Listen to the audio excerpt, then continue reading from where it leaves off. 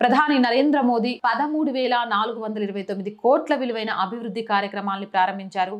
వాటిని జాతికి అంకితం చేశారు. ఇక శంకుస్థాపనల విషయాలకు వస్తే 2,886 కోట్లతోటి కర్నూలు విద్యుత్ ప్రాజెక్టులు, అలాగే 2,786 కోట్లతోటి ఒరవకల్లు పారిశ్రామిక నగరం, 2,136 కోట్లతోటి కొప్పర్తి పారిశ్రామిక నగరం, 677 కోట్లతోటి రైల్వే ప్రాజెక్టులు, 964 కోట్లతోటి సబ్బవరం షీలానగర్ రోడ్డు, వీటితో పాటు 1,142 కోట్లతోటి 6 రహదారి ప్రాజెక్టులు, 362 కోట్లతోటి డిఫెన్స్ ప్రాజెక్ట్, 200 కోట్లతోటి ఇండియన్ బాట్లింగ్ ప్లాంట్, అలాగే జాతికి అంకితమిస్తున్నారు.